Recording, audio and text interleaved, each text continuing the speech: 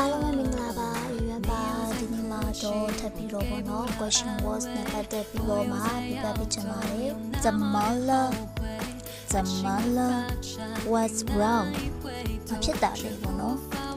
你怎么了 what's wrong with you နော်အခုကြတော့怎么办 what to do 我马里基奥呢？孩子不想去学校怎么办？孩子说个里不喏，不想去，不想说没多不，去呢对了多没多钱喏不喏没多钱不。孩子不想去学校说个教目标对吧嘞？学校教目标啦，怎么办？What to do ပေါ့နော်ဘယ်လိုလုပ်ရမလဲကလေးကကျောင်းသွားချင်မှုဖြစ်နေတယ်ဘယ်လိုလုပ်ရမလဲလို့ပြောဖြစ်ပါတယ်ဒီနောက်ဆုံးခုကြတော့怎么走ဘယ်လိုသွားရမလဲ走ဆိုတာကသွားတော့ပြောတာပါ请问ကျေးဇူးပြု၍မေးပြစေ超市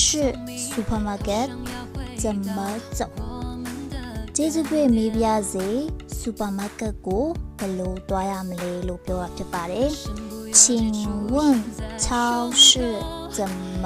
走ဟုတ်ပြီနော်ဒီ怎么走ဆိုတာကကြတော့သူကပေါ့နော် often used to ask for direction ပေါ့နော်သူက direction တွေကို